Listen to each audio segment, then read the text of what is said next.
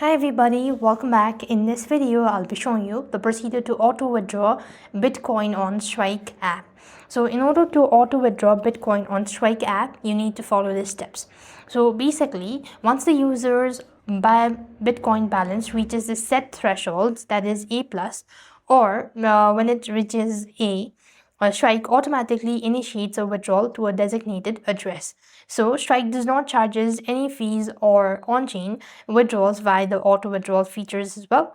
So basically it's going to be automatic. You just have to be sure about the threshold or make sure that you have enough balance that reaches the threshold, and that is how you'll be able to withdraw Bitcoin on Strike automatically. So this is the simple thing you could do. And if you are having difficulty understanding this tutorial, you could also contact the support team directly and they will be able to assist you throughout the steps.